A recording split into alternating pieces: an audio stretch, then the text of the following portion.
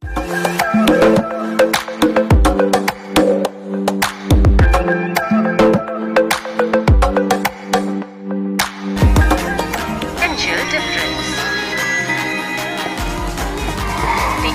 potential difference between 2 points in an electric circuit carrying some current is defined as the work done to move a unit charge from one point to the other. It can also be expressed as the potential difference V between 2 points is equal to work done W divided by the charge Q. That is, V is equal to W divided by Q. The SI unit of electric potential difference is volt P. 1 volt is defined as the potential difference between 2 points in a current carrying conductor when 1 joule of work is done to move a charge of 1 coulomb from one point to the other. This can also be represented as 1 volt is equal to 1 joule divided by 1 coulomb. This potential difference may be produced by a battery consisting of 1 or more electric cells.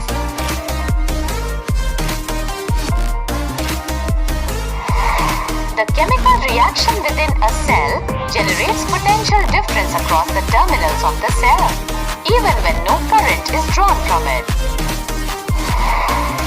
When the cell is connected to a conducting element in a circuit, the potential difference sets the charge in motion in the conductor and produces electric current. In order to maintain the current in a given electric circuit, the cell has to expand the chemical energy stored in it.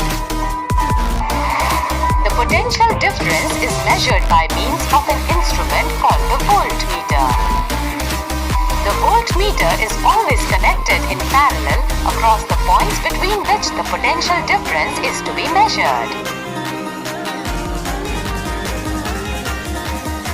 Electric potential and potential difference. We all know that electricity has an important place in modern society.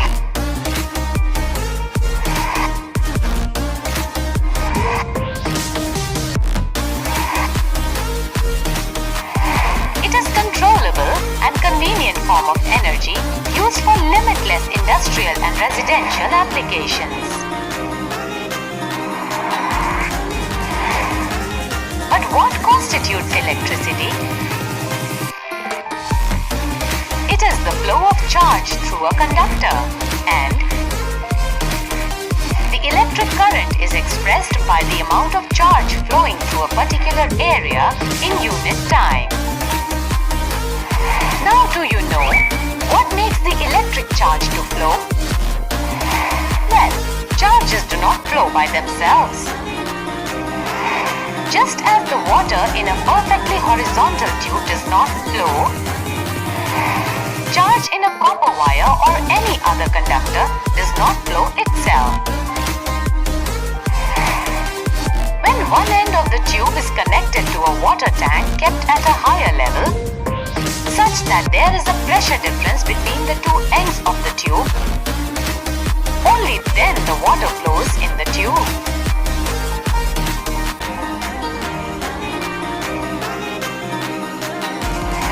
Similarly, the electrons move in a conducting wire only when there is a difference of electric pressure along the conductor. This difference in electric pressure is known as the potential difference. But how is it achieved? It is achieved using a cell or battery.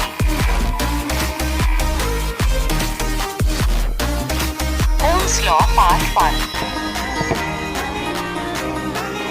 We all know that electric current is expressed by the amount of charge flowing through a particular area in unit time.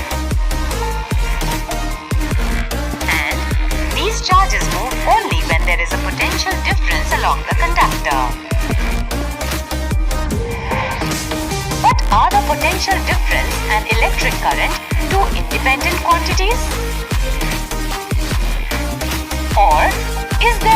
relationship between the two? Let's check it out. Let us try to understand this through a simple activity. Here, we have set up an electric circuit using a nichrome wire with one cell. See how the ammeter is connected in series and the voltmeter is connected in parallel. You must always remember to connect them across the points between which the potential difference has to be measured in a similar way. Now, note the reading in the ammeter for current and the reading for potential difference in the voltmeter.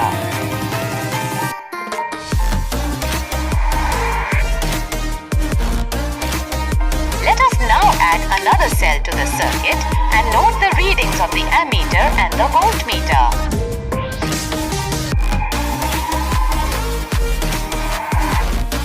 Repeat these steps using 3 cells and 4 cells and again note down the reading in the ammeter and voltmeter.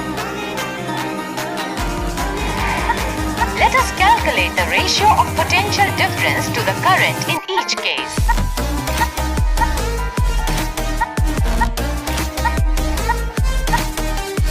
Found any similarity between the ratios? Yes.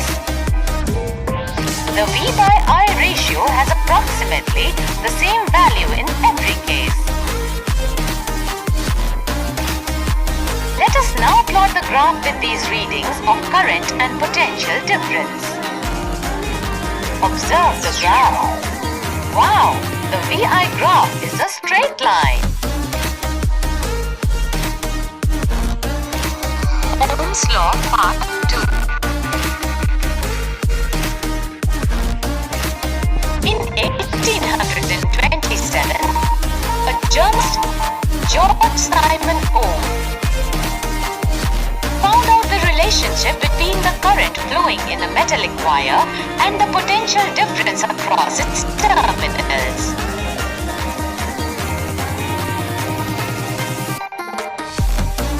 He stated that the potential difference across the ends of a metallic wire is directly proportional to the electric current flowing through it, provided its temperature remains the same.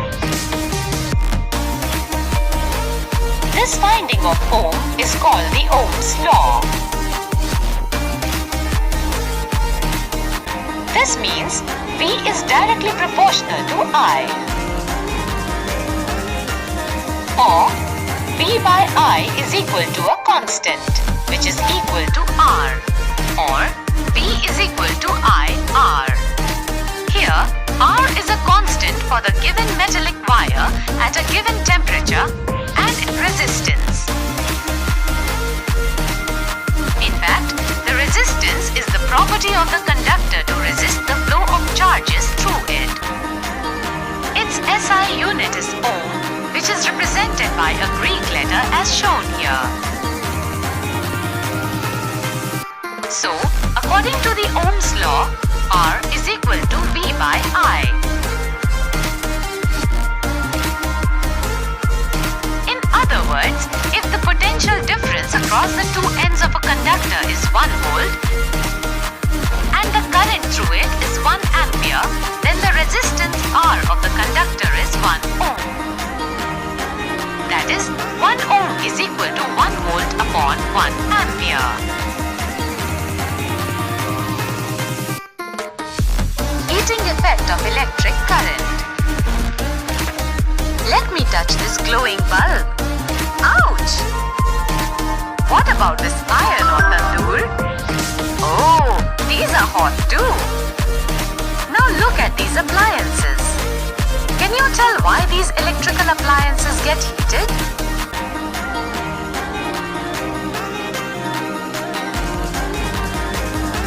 Let us try to understand this in this module.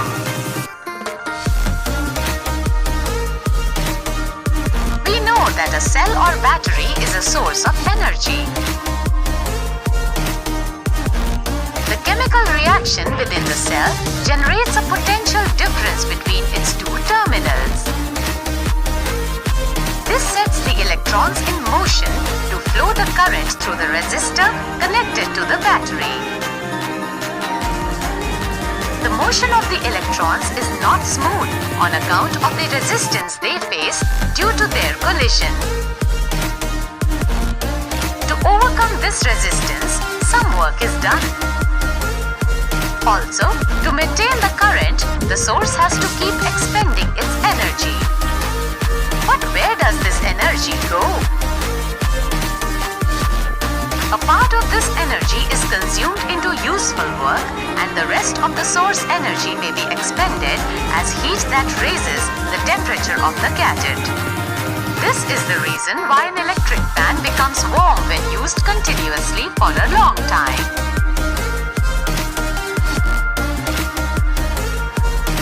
If the electric circuit is purely resistive, then the source energy gets continually dissipated entirely in the form of heat. This is known as the heating effect of current. This heating effect of current is utilized in devices such as electric heater, geyser, electric iron, etc. Joule's law.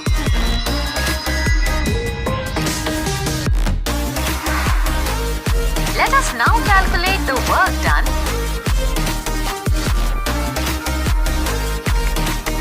if a current I is flowing through a resistor of resistance R with a potential difference V across it.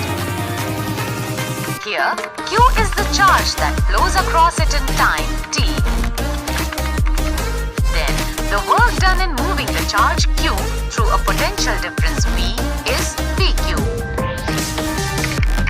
That is, work done is equal to VQ. So the source must supply energy equal to VQ in time t.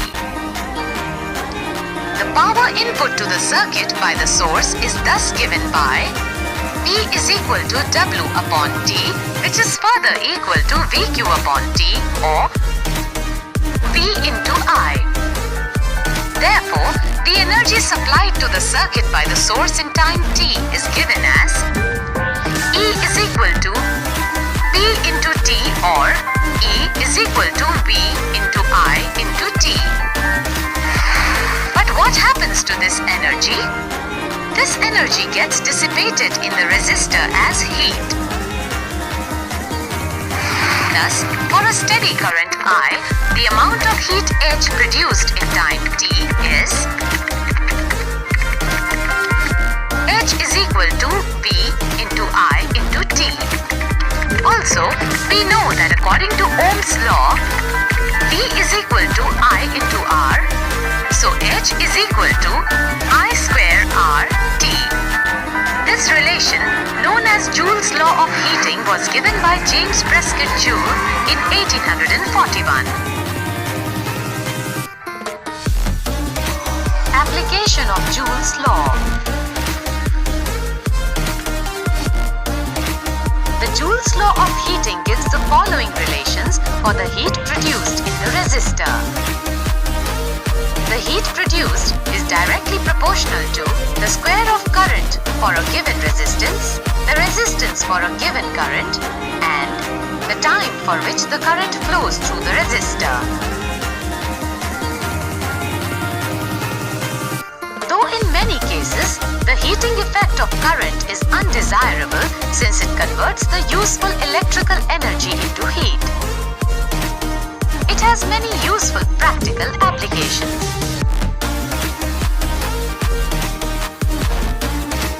An electric iron, geyser, oven, electric bottle, etc. are some of the familiar devices based on Joule's heating. In an electric bulb, the heating effect is used to provide light. The heating of the filament makes it emit light. Of the power consumed by the filament, a major part appears as heat, while only a small part is emitted in the form of light. The filament of bulb is made up of metals such as tungsten with with a high melting point of around 3380 degrees Celsius so that it does not melt at high temperature.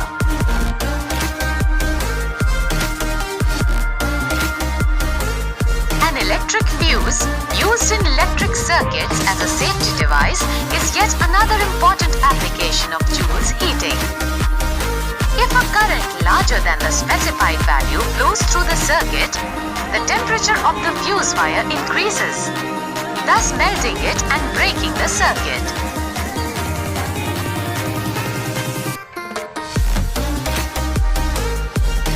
For domestic usage, electric fuses of 1 ampere, 2 ampere, 3 ampere, 5 ampere, 10 ampere, etc. are the widely used ones.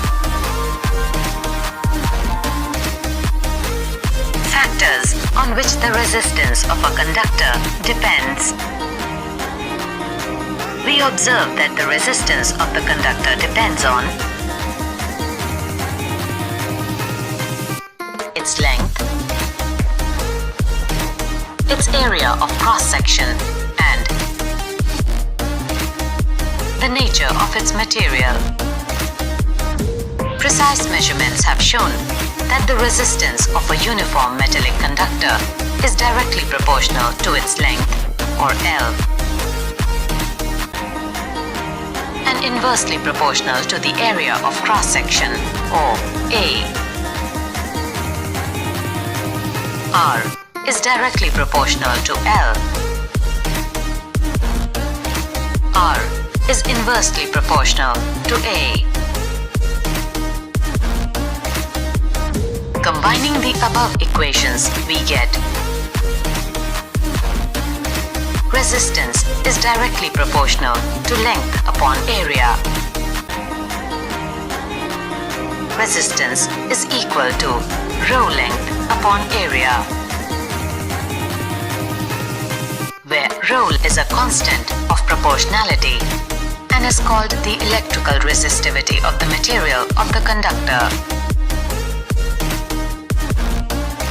The SI unit of resistivity is ohm-meter. It is a characteristic property of the material. The metals and alloys have a very low resistivity in the range of 10 raised to the power minus 8 ohm m to 10 raised to the power minus 6 ohm m. They are good conductors of electricity. Insulators like rubber and glass have resistivity of the order 10 raised to the power 12 to 10 raised to the power 17 ohm m. The resistance and resistivity of a material vary with temperature. The table here reveals that the resistivity of an alloy is generally higher than that of its constituent metals. Alloys do not oxidize or burn readily at high temperatures. For this reason, they are commonly used in electrical heating devices like electric iron, toasters, etc. Tungsten is used almost exclusively for filaments of electric bulbs, whereas copper and aluminium are generally used for electrical transmission lines.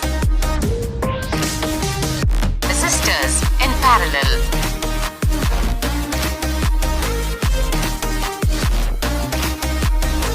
Now let us consider the arrangement of 3 resistors joined in parallel with the combination of cells or a battery,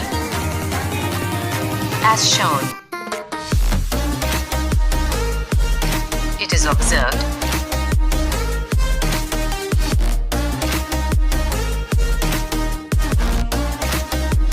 that the total current I is equal to the sum of the separate currents through each branch of the combination. That is, I is equal to I1 plus I2 plus I3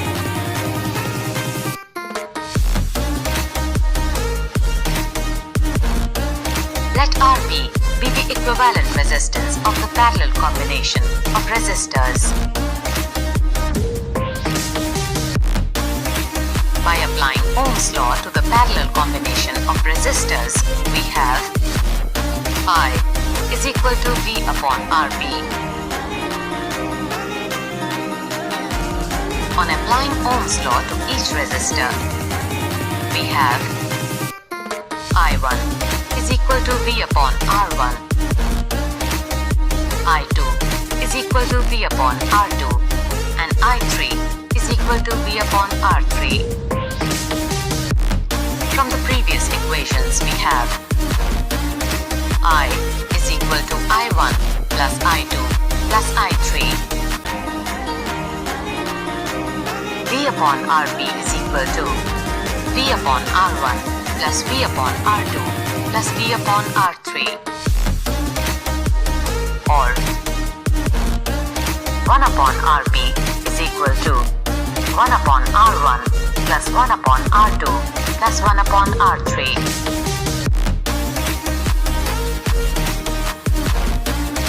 Thus, we may conclude that the reciprocal of the equivalent resistance of a group of resistances joined in parallel is equal to the sum of the reciprocals of the individual resistances.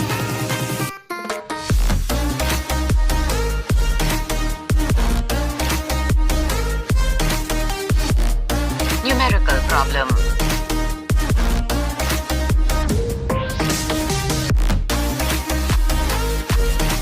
In the circuit diagram given, suppose the resistors R1, R2 and R3 have the values 5 ohm, 10 ohm, 30 ohm respectively, which have to be connected to a battery of 12V.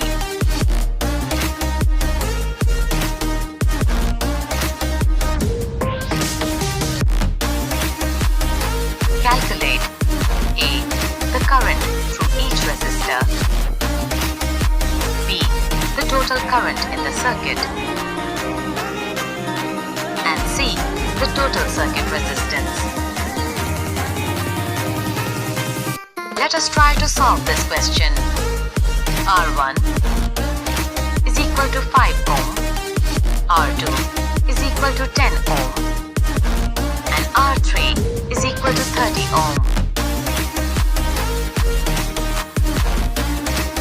Potential difference across the battery V is equal to 12V.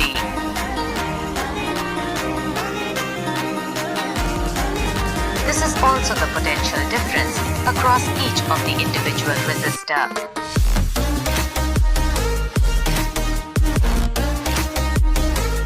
Therefore, to calculate the current in the resistors, we use Ohm's law.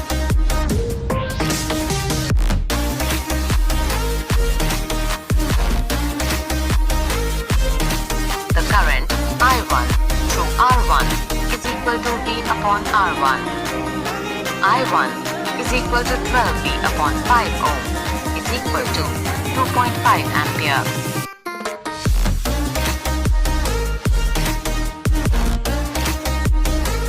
The current I2 through R2 is equal to V upon R2. I2 is equal to 12V upon 10 ohm is equal to 1.2 ampere.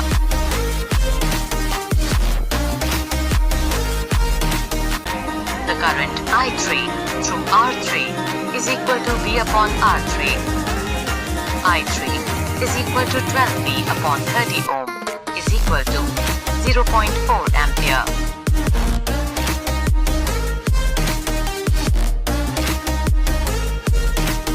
The total current in the circuit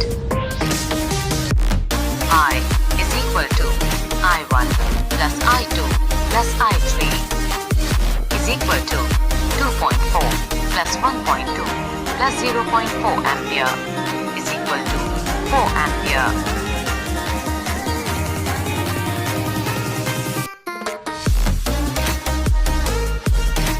The total resistance RB is given by 1 upon RB is equal to 1 upon 5 plus 1 upon 10 plus 1 upon 30 is equal to 1 upon 3. Thus, Rp is equal to 3 ohm.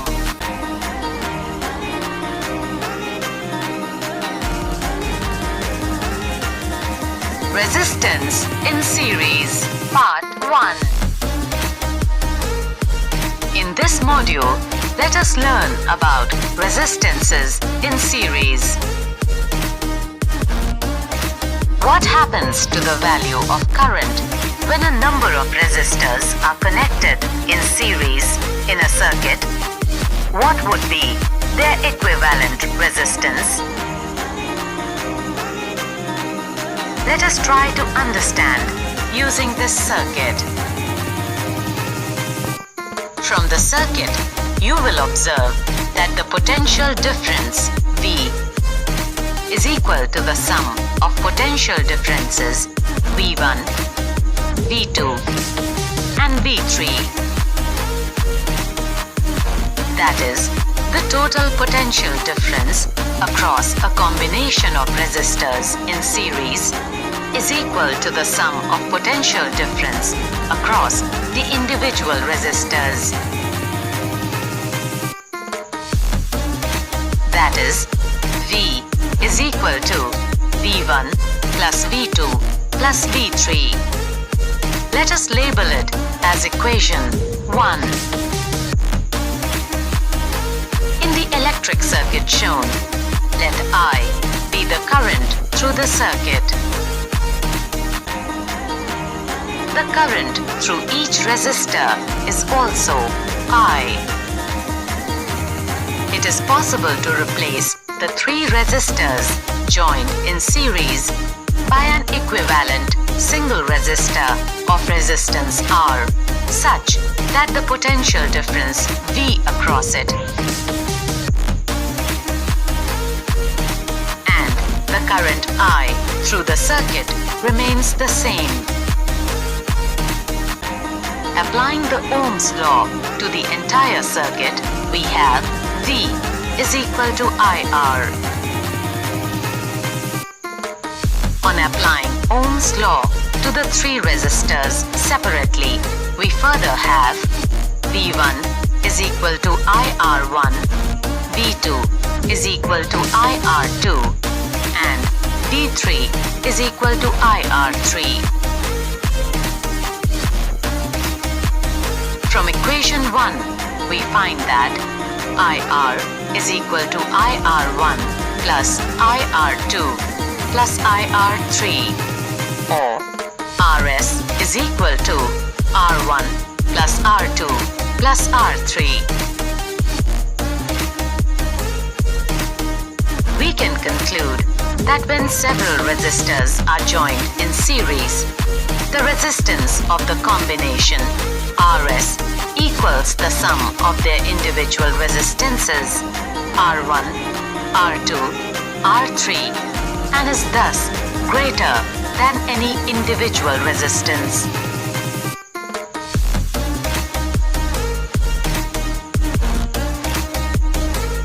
Resistance in series, part 2. Let us now try to solve this example. An electric lamp whose resistance is 15 ohms and a conductor of 10 ohm resistance are connected to a 6-volt battery. Calculate A. The total resistance of the circuit, B. The current through the circuit, and C. The potential difference across the electric lamp and conductor. Solution. The resistance of electric lamp R1 is equal to 15 ohm. The resistance of the conductor connected in series R2 is equal to 10 ohm. Then the total resistance in the circuit R is equal to R1 plus R2. That is, RS is equal to 15 plus 10 ohm is equal to 25 ohm. The total potential difference across the two terminals of the battery, V, is equal to 6 volt. Now, by Ohm's law, the current through the circuit is given by I is equal to V upon Rs is equal to 6 volt upon 25 ohm is equal to 0.24 ampere. Applying Ohm's law to the electric lamp and conductor separately, we get potential difference across the electric lamp. V1 is equal to 15 ohm into 0.24 ampere is equal to 3.6 volt. And that across the conductor, V2 is equal to 10 ohm into 0.24 ampere is equal to 2.4 volt. Suppose that we like to replace the series combination of electric lamp and conductor by a single and equivalent resistor. Its resistance must be such that a potential difference of 6 volt across the battery terminals will cause a current of 0.24 ampere in the circuit. The resistance R of this equivalent resistor would be R is equal to V upon I is equal to 6 volt upon 0.24 ampere is equal to 25 ohm. This is the total resistance of the series circuit. It is equal to the sum of the two resistances. We have seen that in a series circuit, the current is constant throughout the electric circuit. Thus, it is obviously impracticable to connect an electric bulb and an electric heater in series because they need currents of widely different values to operate properly. Another major disadvantage of a series circuit is that when one component fails, the circuit is broken and none of the components work. If you have used fairy lights to decorate buildings on festivals, on marriage celebrations, etc., you might have seen the electrician spending a lot of time in trouble locating and replacing the dead bulb. Each has to be tested to find which one has fused or gone. Parallel circuit. On the other hand, a parallel circuit divides the current through the electrical gadgets. The total resistance in a parallel circuit is decreased as per equation. This is helpful particularly when each gadget has a different resistance and requires different current to operate properly.